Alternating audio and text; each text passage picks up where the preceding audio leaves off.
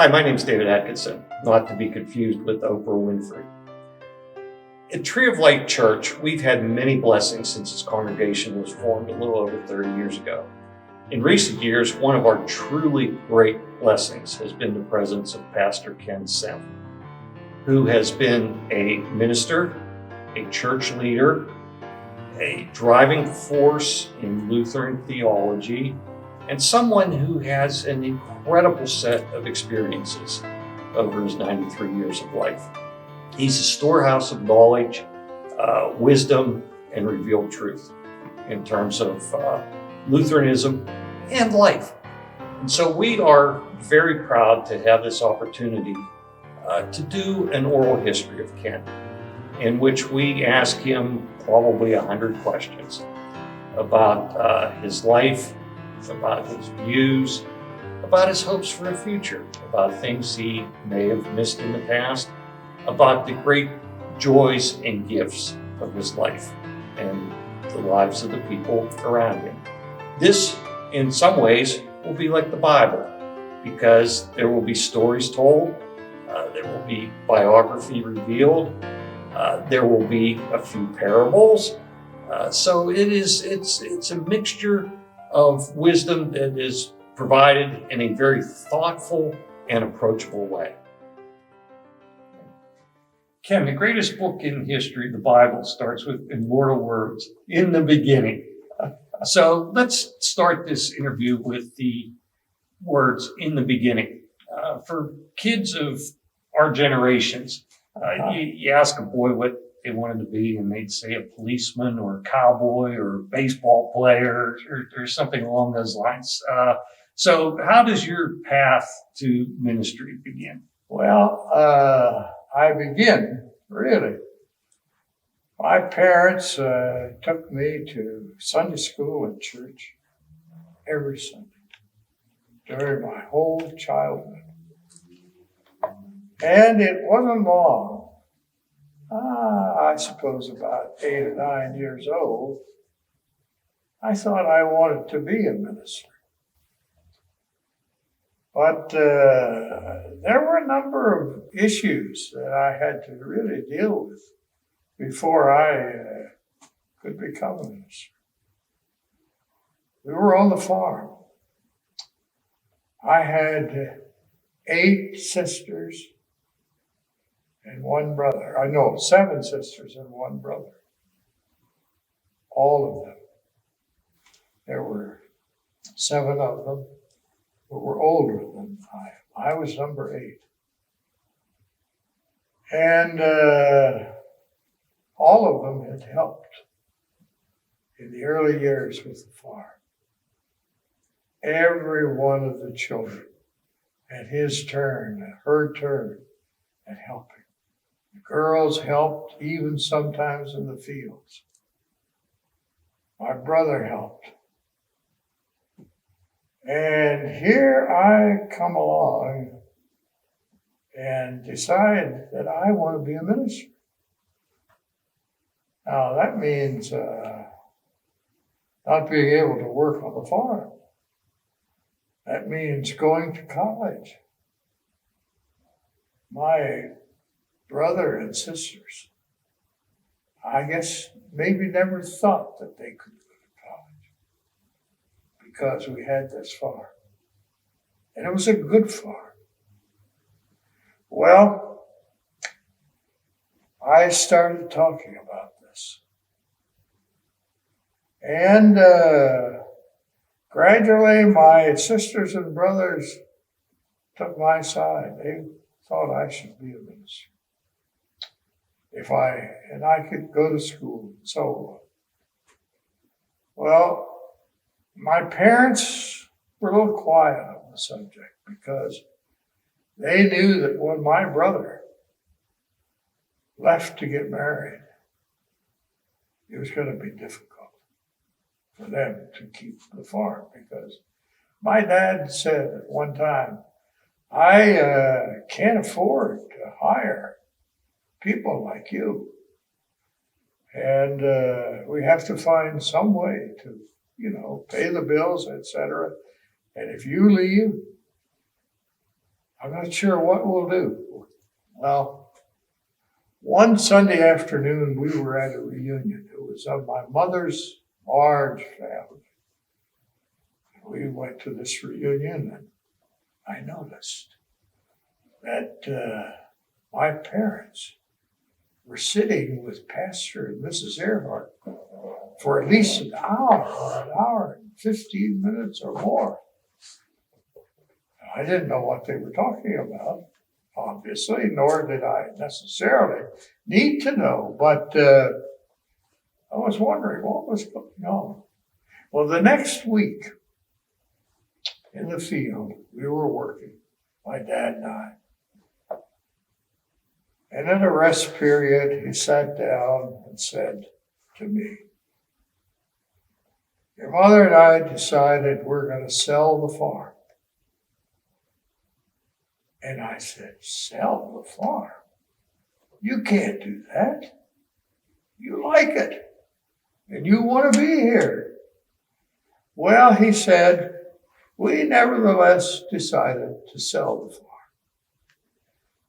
Now I knew what that conversation was all about. That hour or more sitting at a table in a picnic grove. So, what I could do, I didn't need funds because I had earned some funds to go start college, and I knew that I could get scholarships. And the Synod even helped to provide for pastors going to school, and I knew about that. So I just didn't know what I was going to do next, to try and convince my father that perhaps they shouldn't sell the farm, but they nevertheless sold. And they both seemed happy after they sold it, my mother and my father. We moved to a nearby town, and my father would do some odd jobs in the town. He seemed very happy, and therefore I went off to college, and 2 years in seminary, or a year and a half in seminary, feeling very happy about my decision to go to school. Well, I was about halfway through seminary, and I got a call from New York. I had known a student pastor in my various contacts and so on, who was in New York working with the National Lutheran Council.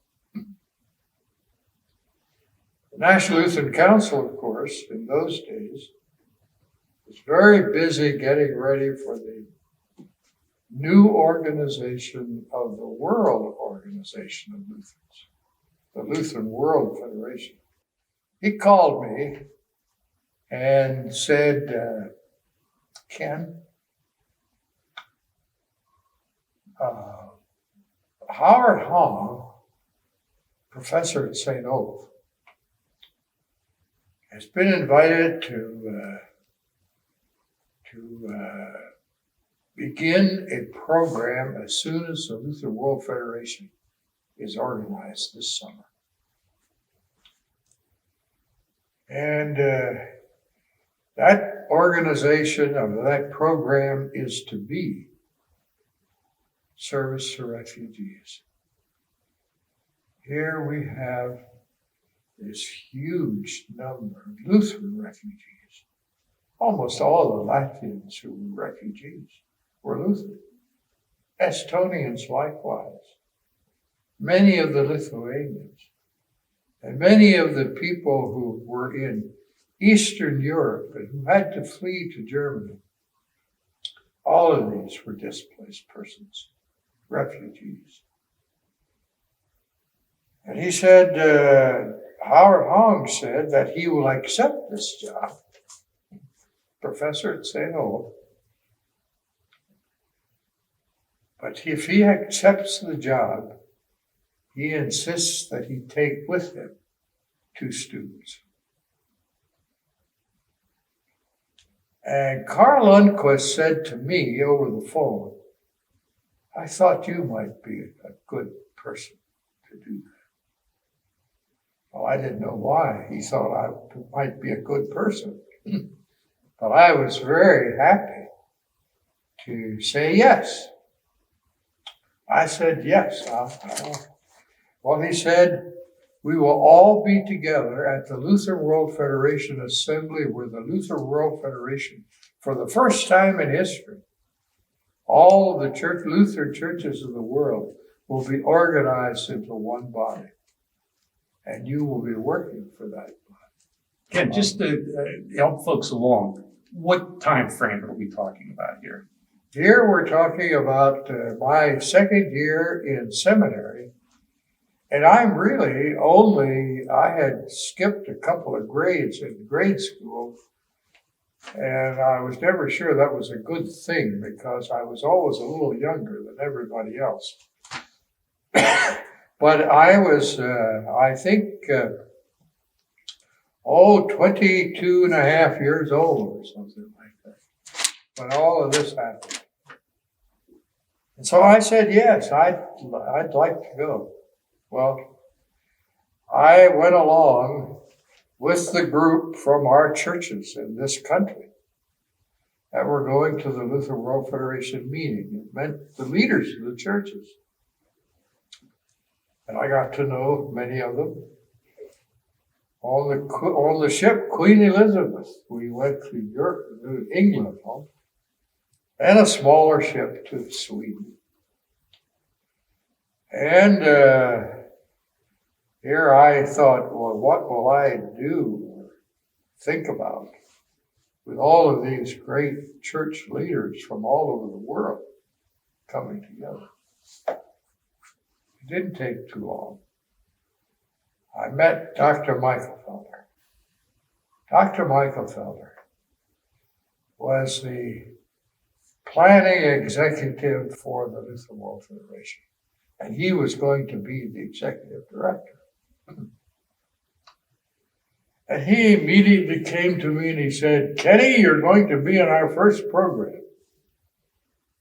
And I said, yes, I hope I can do what needs to be done, but Howard Hogg is the person and we'll just do what he says. And all of that began to take shape. Howard Hogg was at this meeting. That was the first time I met him. Well, Carl Lundquist said, I'd like a group of you to be sure that you go with Dr. Michelfelder to meet the Germans coming in from Germany. They're going to be on the ship in Malmö as they come in. So I said, I'd like to do that. And he said, it'd be important for you to meet some of these bishops too, because you'll be working among them in Germany. So that was fine. And I said, I would like nothing better to go to the ship to meet them coming off. We were all standing there waiting, Dr. Michelfelder, several other leaders, the Bishop of Norway, 2 bishops from Sweden, and little me. But nevertheless, the ship docked. Some of the doors opened, the hatches. And the first people out were the German bishops. Well, there was quietness and stillness. One could sort of feel the moment, that it was the moment. Well, finally, the Bishop of Norway looked over at one of the Germans with gray hair whom I would see many times later, walked up to him and said, "We bist du, Hans. How are you, Hans?" And it seemed the ice was broken. And the bishops came out and we all talked and chatted. And here I was being introduced to all of these German bishops, and Howard Hong didn't happen to be there. And I didn't know quite how to handle it, but I did. Well, we talked for a little while. I learned at that meeting, early meeting, with the bishops of Germany, was very important. There was one bishop there that I didn't meet. That was Bishop Hans Lilje. Bishop Hans Lilje was the bishop who had been the pastor of students in Germany, the head of the pastors of students in Germany. He was in England. He had gotten permission to go to England for some reason prior to the Lutheran World Federation meeting. But he came to the Lutheran World Federation meeting the next day. Karl Lundquist said, "I want several of you young people to come with me one evening to talk to Bishop Lilje." At that time, he wasn't a bishop. Hans Lilje was his name. Well, we went to a little konditorei, a small Swedish restaurant, to talk. One of the other young people with me was James Crumley, who later became one of the bishops of the LCA. But he was one of the young people at this first meeting of the Lutheran World Federation. We were there at the meeting, and Hans Lilje started telling his stories. He had been in prison when the war ended. He had been in prison for quite some time before that. And his prison experience was not a pleasant one. But he started speaking about the times that he was afraid and what it was like to be in prison. Planes flying overhead. And he spoke particularly of one night. And he was in prison, and the planes were overhead. They were bombing. He had no place to go. And he thought, tonight is the night that I will be killed. But he wasn't. And I noticed that Otto Bremer, who was another one of the young people, but a little older than some of us, but nevertheless one of the young people that Karl wanted to be present. I noticed that he was getting a little itchy, nervous, shaking a bit.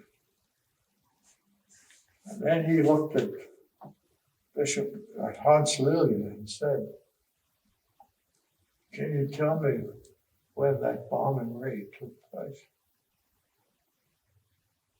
And he said, yes. He told him the date, the exact date. Otto said,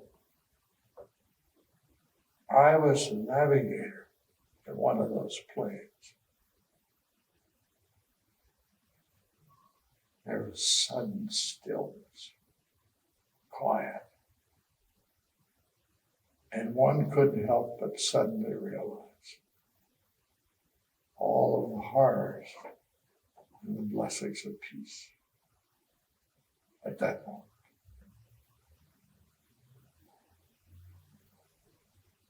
Well, it wasn't long after that that the Federation meeting took place, and I started on my, I had two other conferences. One with the World Student Christian Federation, and one with the World Student Movement, World Youth Movement, that I was asked to attend because I was there and could attend and represent people in the United States. I did that and then got ready to go to Germany. Howard Hogg had already gone. And he told me that when I come, I knew that I was going to be there at a certain time. I should meet him in the Lincoln Hotel in Hamburg. The Lincoln Hotel was run by the British Army at the present time. But he was staying there, and we stayed in these various places that the occupation had set up. So I went down, and the train was supposed to stop at Hamburg. But I discovered it wasn't Hamburg. It stopped 30 miles east of Hamburg. And I had to get off the train and find my way into Hamburg. Well, I was a little skittish about that. But I found my way into Hamburg. And then I had to find my way to the Lincoln Hotel. And I thought about asking people, but I also was warned before I ever got to Germany that you must be careful about who you ask to take you someplace. They may take you someplace. Well, I nevertheless did. I had nothing else I could do but find my way to that hotel. I found my way to the hotel by asking various people. Fortunately, they all gave me the right answers. I got to the hotel.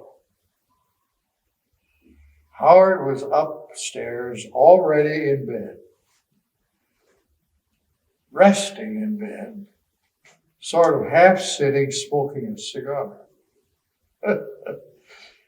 And I told him about my experiences, which weren't too good.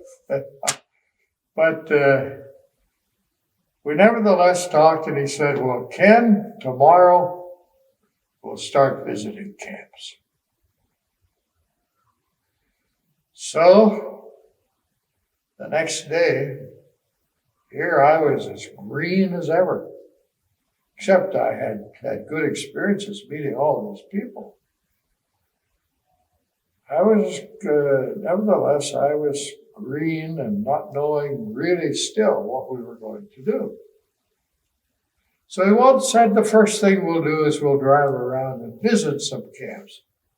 And we'll try to find out who the pastors are so that we can begin thinking in terms of a church-to-church relationship. So I thought, good. We started visiting the next day. But then it was on the third day, or was it the fourth, that I really got to know Howard Hogg, and that his expectations were something quite different than I had thought. The third, or was it the fourth day, driving, visiting camps, he said, well, Ken, I think that you can begin the work here in the British zone. And I will go to the American zone visit camps and so on. And we'll each come together after 3 or 4 months and figure out how we ought to organize this program of service to refugees. Well, I thought, my goodness, I thought I was coming over here to carry Howard Holland's bags and perhaps take notes for him at meetings and so on. Finally, I knew what his intention was. And I met, in Lübeck, I met Dr. Bodensiek and his wife. Dr. Bodensiek was a president of one of our seminaries in the United States. But he spoke German and he realized he was acquainted with Germany and knew the churches there. And he was going around visiting churches on behalf of the churches of the United States to see where we could be of help and so on, all over Germany. But he helped me understand just a little bit of how the camps, the displaced persons camps, for all of these people that we were to visit, how they had gotten there, what some of their Lutheran history was. And I discovered something that I really hadn't realized before, that almost 100% of the Estonians who were scattered all over Germany now, or in camps all over Germany, were all Lutherans. Almost 96%. And Latvians, about 80%. Lithuanians, about 50%. All of these Lutherans, along with Eastern German people who were Lutherans who were there. And he suggested how I might meet with them, talk with them. He says, go try and get to the pastors in those camps, because usually they're some of the leaders. And they will be able to help you get to the director and so on. Well, they did that. After I got there and started visiting. But those 3 or 4 days that I spent with Dr. Bodensiek and his wife, and with, I think there were several other people there who had been working with the refugees in Western Germany. And that's where I was to begin my work. And that was where the office was to be for Northern Germany. And that's where I started. That's a pretty remarkable journey. We go from the farm. Were you the first of your family to go to college? Yes. Okay, so we go from the farm, we go to college, and then we go to the devastation of Europe and the tremendous amount of displaced persons, people who were searching for families who may no longer exist. That's right. That's quite an immersion. And mostly those families would be grandparents, the wife, and children. The man, the husband, was so often in a camp someplace, a work camp someplace in the Soviet Union. And we had to take all of those things into our life. Well, when you're talking about Estonia, Latvia, and Lithuania, you had the takeover by the Russians. That's right. Under Stalin. You had the German invasion, and you had the Russian reconquest. That's right. So between those 3 events, a lot of the leadership, including a lot of the church leadership, Yeah. would have just vanished. That's right. That's right. And usually pastors and congregations, if that was their only responsibility in the church, really weren't punished or weren't put into any kind of concentration camp of any kind. But it was a difficult thing to comprehend. And then to think on top of that, I'm supposed to think about ways of organizing a program that the Lutheran World Federation will sponsor. It's quite a challenge. Well, it wasn't only a challenge, it was also, I took it very seriously. So we understand now how someone gets into the ministry. We have the seminary. You have a formal program. There's certain courses you have to take. There's certain. So in your time, how does someone become a minister? And what was the process then for being assigned to a church, or Well, it wasn't. It was different from now, but not a whole lot different.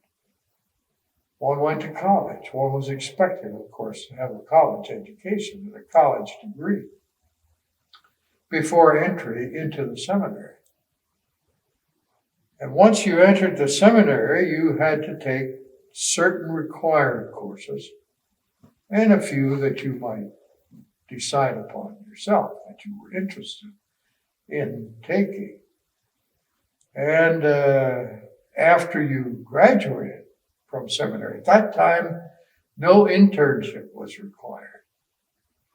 And no relationship to a congregation was required. Now, when I say relationship, you had to be a member someplace. But here in our congregation, we receive ministers during their pastors students that's from the seminary come to the church and visit for a half a year, do a few little things. Well, the current bishop, a long time ago, was one of those. Yes, one of those here in Tree of Life, Yes. right? Yep. Well, and that, of course, we did. But no internship was required through 3 years of seminary. And then you were open for call, provided you had done all of your work, so on. You were open for call by any one of the synods, any place in the United Lutheran Church in America. That time it was, when I was graduating, it was the United Lutheran Church in America. We had 30 synods, and we could go to any one of those. But usually you were expected to go to the synod you came from. They had worked in getting you there and maybe helped financially and so on. But interestingly enough, I came from what was then the Central Penn Synod, which was now mostly Lower Susquehanna Synod. But I never served here. I had gone on to Europe and served there. And it was there that I was encouraged by the Lutheran World Federation leadership, Dr. Michelfelder and others, to stay in Europe and not come back to Gettysburg. By that time, I was married, and my wife and I had said we had to think about that. He said, we will see to it that you have a full scholarship. any one of the German universities, and you get your degree to be a pastor. I said, well, Joe, my wife, and I are going to have to think about that. We thought about it, and we thought about it. It was very tempting. We finally decided that no, we're going to go back home. I had started at Gettysburg to become a parish pastor, and I still hadn't been a parish pastor after 4 years in Germany. So we came back home, but as we were leaving, the day we were leaving, there was an old people's home in Berchtesgaden, a new one that was being refurbished, rebuilt. It was a former camp, refugee camp. An IRO rebuilt it. And I take credit for saying, and will say, that was at my request, to rebuild that camp to become an old people's home. Because where would all of these older residents in the camps go to? Because there was no way of resettling them. You had to have jobs to resettle. So, and the International Refugee Organization understood. With the help of a rabbi who was head of care and maintenance for the people in the camps. And he had some of the same feelings I had about what were these older people going to do. So he agreed to take this request to the International Refugee Organization to rebuild a camp. They finally, after 2 weeks, he called me and he says, Ken, they're going to do it. They will rebuild a camp. But now the question is where? And I said, well, I think this camp in Berchtesgaden, where many of the Latvians have been, so would be a good place. Well, he said, I'll take it to the International Refugee Organization. We'll see what we can do. Again, another 2 weeks, he says they'll do it. And they'll do it at Berchtesgaden. They have the rights and privileges to get that done. Because the United States officer who relates to them, to the IRO, has agreed that it should be Berchtesgaden. There's some poetic justice that you're sitting up in the shadow of what was reputed or feared to be the last redoubt of the Nazis. That's right. But they agreed to develop a home there. And I'm telling you, that home was really rebuilt to perfection. It was Berchtesgaden. There would be snow in the winter. They built underground tunnels between the buildings so that the people could walk from one place to the other in those buildings.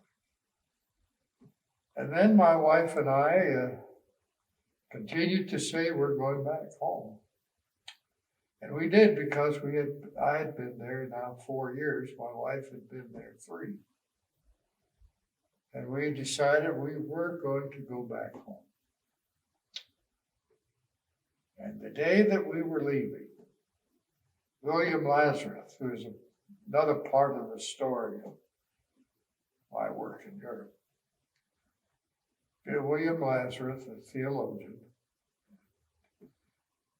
was on the staff before he was a renowned theologian in Europe. He drove us to Belgium to get the ship to come back home. But on that day, the first people, older people, started moving into the home in Berchtesgaden. Did you speak German before you went over there? And when you were dealing with folks, were you dealing with them in English? In the everyday discourse or in the services that you're conducting? Well, both and. I spoke just a little German. You know how you can speak German. You think you can. When you have gone taken a couple of courses in college or whatever. I'd also been a Pennsylvania Dutchman, so I knew that Pennsylvania Dutch language. Over there, Pennsylvania Dutch might as well have been Swahili. That's right. So that didn't make much difference, but it did give me a bit of an assist in some of the phrasing and so on. But I learned to speak German there. And much of my contact with the refugees, in fact, almost all of my contact with refugees, was using the German language. So I had to become almost fluent in German. And did. But it was another one of those hurdles that you had to work on. Yeah. Okay. So let's pick up the story. You're coming back to Pennsylvania. That's right. Coming back to Pennsylvania and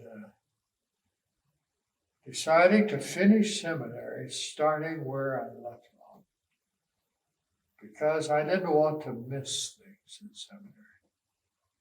I had enough maturity by that time to know that missing certain important areas in seminary wasn't a good thing. So I said, no, I will finish seminary as I would have finished seminary. And I did. My wife wasn't able to get a job teaching in Gettysburg, so she had to get a job teaching in Washington, in D.C. And I suppose it was because of our European experience of being all over. That didn't seem too difficult a thing because I would go down weekends and Wednesday nights. But it wasn't too long until Dr. Wentz and Dr. Bachman at the seminary. Dr. Bachman was the preaching president. Dr. Wentz was the president of the seminary. And they were always very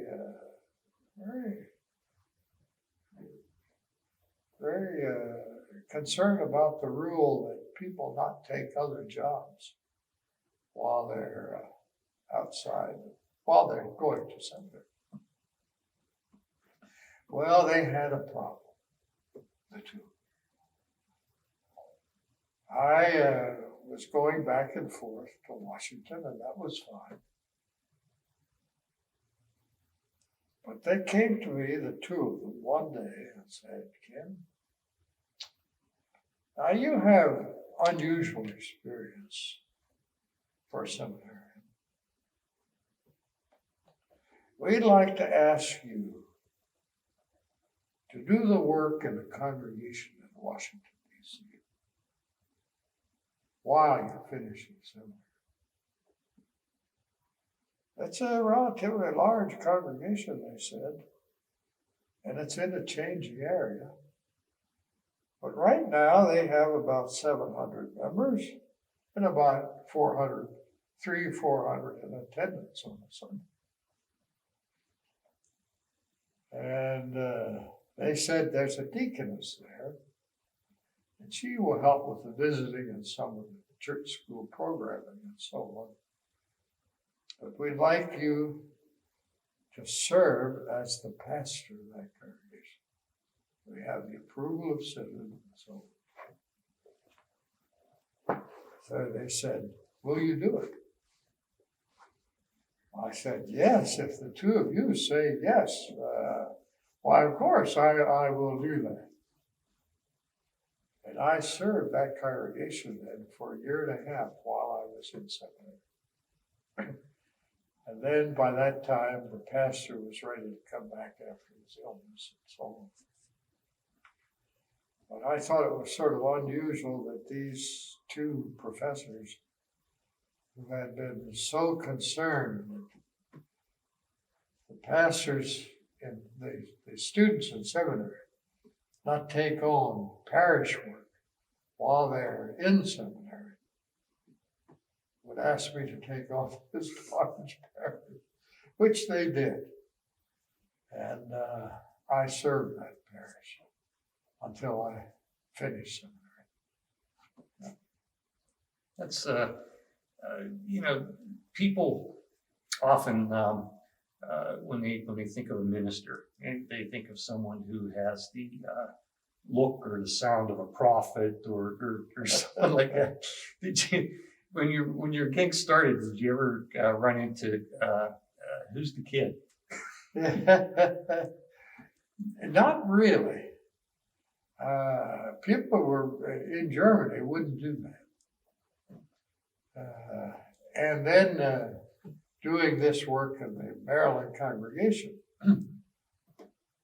the congregation was surprised that they could get away with this, but they nevertheless did. And I think that they were rather well pleased, because at least that's the response I see.